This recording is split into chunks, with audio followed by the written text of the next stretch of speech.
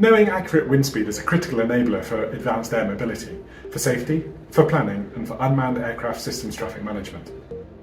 There is no easy way to get highly resolved wind data for urban, industrial and airport zones, where airflow patterns might vary widely due to large buildings. UKRI Future Flight Challenge have funded project SafeZone Phase 3 to model winds in these environments and validate this model data using new tools and technologies. The route planning and automated collision avoidance systems on modern drones can use the AirSight data service from Xenotech to navigate around aerodynamic hazards such as shear layers and vortices, for example near wind farm turbines or large buildings such as Cardiff Airport.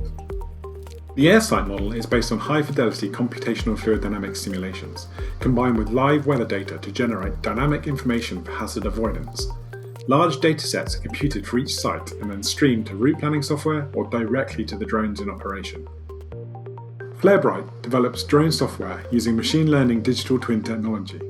In addition to providing support for GPS-denied flight and GPS spoofing capability, this provides accurate and versatile wind measurement in any drone with the software adapted for it.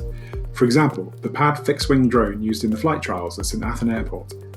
Acting as a mobile anemometer, the high-fidelity wind data measured by the drone can be used to validate the AirSight model or to improve in-flight control. To support the general use of the capability, Cranfield University is developing a risk assessment and mitigation model based on the behaviour of different drones in variable wind conditions. SafeZone is working with the Civil Aviation Authority and the British Standards Institution to further develop the technical and regulatory requirements for the safe operation of drones.